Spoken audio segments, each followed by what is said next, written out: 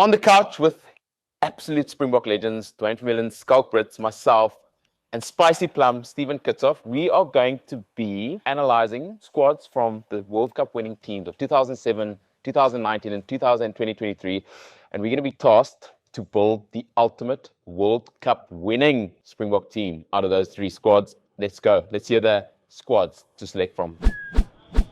Yes, Spicy Plum, I love you. I really do. But geez, Duane, first South African rugby player to win 2 World Cups, 95 and 07, and he was an absolute soul. I'm going to go Os.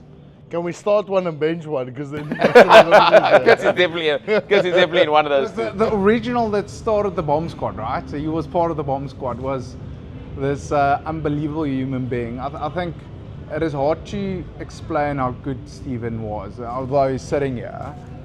Beast was phenomenal, but Stephen could do it all. He could tackle, he could steal, he could run with the ball. I mean, and for me as a hooker, he was looking after me. So he will definitely, I don't want to tell him because he's sitting here. I've done it previously. He's my go-to, and he both went to the same school. So I am extremely biased, but I mean, stats will say he is phenomenal. I would probably go with Os. I think Os was my childhood hero growing up watching rugby. Oh, so you know him? I know him. Yeah. Of 95. Also met him a couple of times, had a couple of drinks with him, so true legend. So I think Os is the one who inspired me to become a Springbok and big work. Very humble of you, but I think you're in the same caliber. The one thing Stephen did say, he was 3 when they won the 95 World Cup. So I mean, I don't know if you say he inspired you, but but 2007, I'm talking about 2007. Okay, then you're 15, yeah. That's probably the only name you know of 95, eh? Yeah, basically. I don't know. Brian. Big, 95? 95. Oh, 95, sorry. Dude, come on. Sorry. He's the eldest here. Okay, so Duane, so we got 2 for Os, 1 for Stephen Kitsie. I also I played with Os and I enjoyed him. So. When was that? At the Cheetahs, man, bro. yes. Okay. When we Fact played, right. Sorry, yes, listen, I know. when we played Cats, do you Yes. remember those days? do Yeah, remember. okay. Brian was still there at the Lions as well. So, well, 95, I think Os was probably the guy I looked up to. Okay, yeah. so we've decided it's going to be Kitsie then. And a 3-1. No, I'm not. I'll go first again. Smitty as a leader in that 07 World Cup. I think the relationship that he had with Jake in bringing the players' voice to the management voice to the players. But I think the manner in which he led that team in 07 was pretty amazing. You know, Bongi, absolute class in what he does, but Smitty for me. Well, I think we have to thank Bongi for getting injured because he's played both finals, got injured in both finals. Yes. But I mean, the run-up to those finals, Bongi is a phenomenal player. He's hard as nails, a competitor of note. But if I take John, I hated him watching him play because I thought, of course, being biased towards myself and arrogant, I wanted to have John's spot. But when I played with John at Saracens, I only then truly understood his leadership capability, his playing capability, and from my perspective, once again, I'll vote John as well. And just on John, the versatility he brought, because he could also back down at tight head.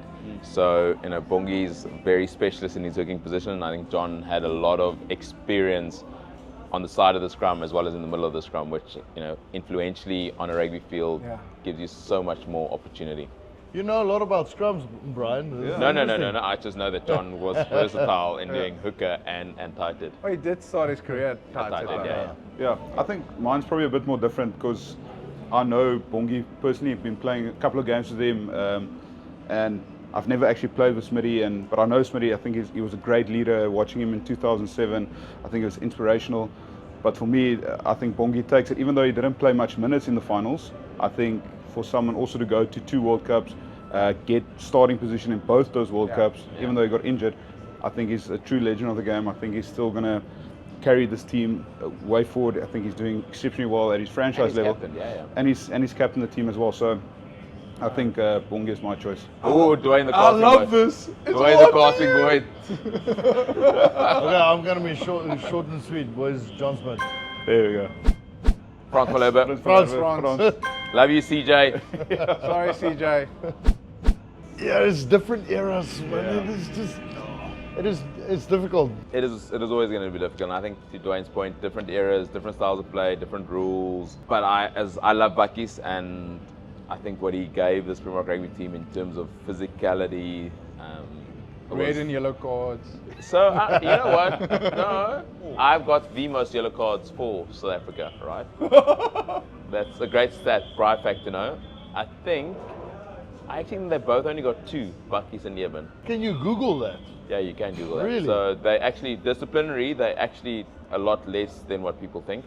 So Bucky's, again, brought something amazing, and was a guy that I loved having in my team and not having to play against him. But you can't overlook what Eben Etzebeth's done, the youngest player to play 100 test matches for South Africa. In my opinion, he'll probably become the first Springbok to play 150 test matches.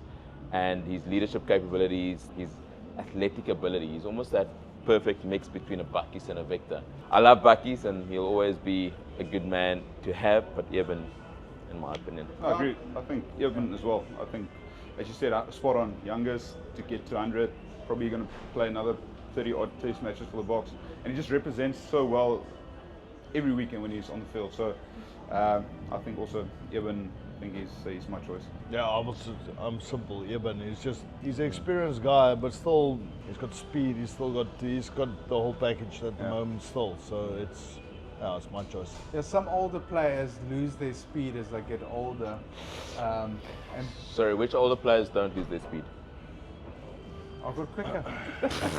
You got quicker. Athlete, man. No, I will go. Sorry. Eben as well. I mean, playing with them, against them, I feared Bucky's a lot more. Are you sure you want to say that on camera? 100%, because at that time you can be extremely naughty back in the day. We played against the Bulls, and twice he gave me twice I went off. No, dude, was it on camera? No, it wasn't. Then never happened. So yeah, I will go Eben as well. Victor. I think ook Victor. Schalk? Well, stats says it all. Victor has been phenomenal. But from a purely talent perspective, Luard was special. He can pass, tackle, steal. He's talking about stealing line-out balls. Yeah. It's not a poach but trade. Yeah, but I would say Vic is just that says it all. Yeah, Victor. It's a tough one because 2 very different players, not only in terms of their rugby ability, but in terms of their leadership capability. If we're only going on rugby on-field capabilities, I'm probably going to go Schalk. It is really hard to decide between the 2 of them because they just brought 2 different things. Yeah. But saying of what outside of rugby he has done and on the pitch has grown as a player.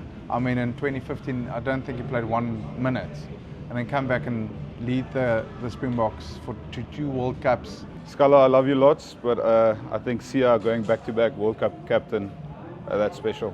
So I'm going to go Sia. I will go with Kitsie on that one. Exactly the same Sia, I think. Next, You're deciding vote, dude. We want that. Sia. All I can say, I'm going to start off Player of the Year twice. There we go. Peter Steph Toy. Peter Steph. So I reckon 4 years ago, it would have been a really tough choice.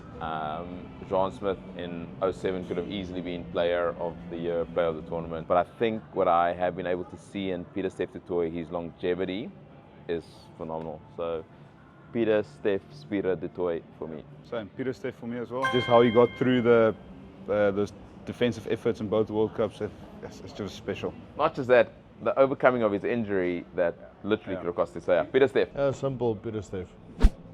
Duane Vermeulen. Duane Vermeulen. No, sorry, who's the other option? Donnie Rousseau. Sorry, can I go back? Can I go one back? Donnie. Oh, thank you, Schalk. What a nice guy. My roommate. Duane Vermeulen. We never rooming together. Yeah, Blade always said. Fourie Priya. Frida Priya. Fourie. 100 Pollard. Ooh, physicality, I will say Butch, but yeah, no, Polly. You want it quick, Polly. Oh no, but All I want to say, Cheslin did play 14 in 2019. yes. I'm going to go Brian Habana. Just pick Brian. He's the only guy who beat A cheetah. who outsprinted the cheetah. Yes. And an Airbus A380. Oh yes, And and it was. an Airbus. Massive exhibition race this year against the tortoise. Ooh, France Stein. Francie, sure. Oh yes, but that was Look, what France Damien. did coming in the 2007 World Cup when John got injured, and at that age, how old was he? 19. Taking over. I mean, what a phenomenal person to have. He shoots straight from the hip. And not just that, like how his role he played at the 2019 19. World Cup as well. Yeah. How magic he was. I'm going to go France. Purely, again, his versatility, but I think, in that 07 World Cup, as a 19-year-old on the world stage, Damien had 2015 as sort of his first World Cup effort, and again 2019, 2023 phenomenal, and he'll go down as one of the best inside centres South Africa's ever had. But if you're purely going on World Cup winning Springbok teams, France, Dame 2007, there was not much better. Who are you going for? I'll go with Damien. I think both the 2019 and 23 World Cups he was Instrumental. in the performance of the box. Agreed. I'll go Damien, but France is Okay, Damien. on a different spot. Oh. I don't know outside centres that well, so you missed. So in my career, I think the person that probably was the best, most consistent player, never had a bad game for the Springboks, and also played first World Cup, 19 years old. Schalk was very special. I think I'll go Jesse Kriel for the 23 World Cup. He was phenomenal. I think how much he had to work to get himself back in the squad, and just his performances he put up in that World Cup is what gives me the deciding vote. I'll go with Luki. I think Lucanio was 2019 is different stage, different things, but his connection and the security he brought into the team with our defense, because he was actually the guy who was running the backline defense, and then his connection with Mapimpi and all the guys, just throwing no-lookers, scoring the first try in a World Cup final off Lucanio's hands, giving it to Mapimpi. So Unselfishly, right? Yes, He could have yeah, easily gone yeah. himself. And he was probably the best outside centre in the world at that stage. at that stage. So I think, for me, Your deciding vote, Schalk Brits. that was it. No pressure. No pressure. Yeah, you don't know outside centres, but No, that's I where you don't. play quite Split often. vote. There can't be a split vote. Okay, I'm gonna be biased. Jesse Kriel. He's gonna go Cheslin now because he picked himself. Obviously. Cheslin. My brother Willie. I'm going Willie Leroux. Why? It is just so amazing that you've got two Paul Roosters on that list. It's just so great, not mentioning the school at all. The most underrated player I have ever seen is Willie Leroux. I wouldn't call Billy The underrated. public not hates him, but they don't see the value in him. So I'm going to go with Billy purely because current stats shows that he is the #1 assist player in World Rugby, which means that his ability to let those around him look good. Yeah, and I was on a lot of those assist opportunities, so I'm going to go with Billy. That's almost like me. Billy All van der Staan. my assists. Name one? Because there's so many. No, just Off one. the bench. Just one. It's when he throws it into the Oh, lineup and you okay. score. That is Good an assist. more. Yeah. He throws I it mean, in no, the then, ball. sorry, I take that back. Schalk assists himself. Brits is the best record holder in terms of assisting from throwing a ball in a line. Prize. Well done, Schala. Yeah, I think Willie is probably the guy. To what Brian said about assisting, and I think Schalk, I know you said underrated, but it's a weird thing. It's undervalued in a way. Yeah. Undervalued, So, Great. but yeah, he's got phenomenal skills in the way and what he does. So a lot of debate on that, but here goes a quick recap of how we selected 1 to 15. So number 1, we've got Osteran. And the beautiful hooker, John Smith. The indelible Frans Malherbe. The enforcer, Eben Etzebeth. Well, the guy who just loved to jump, Victor Matfield. El Capitano, Siakulisi. One of the hardest men ever, Peter Step du Toit. One of my best friends, Duane from Ellen. Oh, cute. Oh, thanks. Oh, what a sweet. nice guy. At number 9, we've got, well, Maestro Farida Priya. The ever steady, beautiful human being, Andre Pollard. Number 11. Number 12, Damien de Allender. I've picked myself. Number 12, Damien de Allender. At 13, the guy who's probably the most ripped human being out there, Jesse Krill. Twinkle Toes, Cheslin Colby. And to finish off, die strand se beste hond, Willie Leroux. Nice class. Oh, bring je straat in my bro.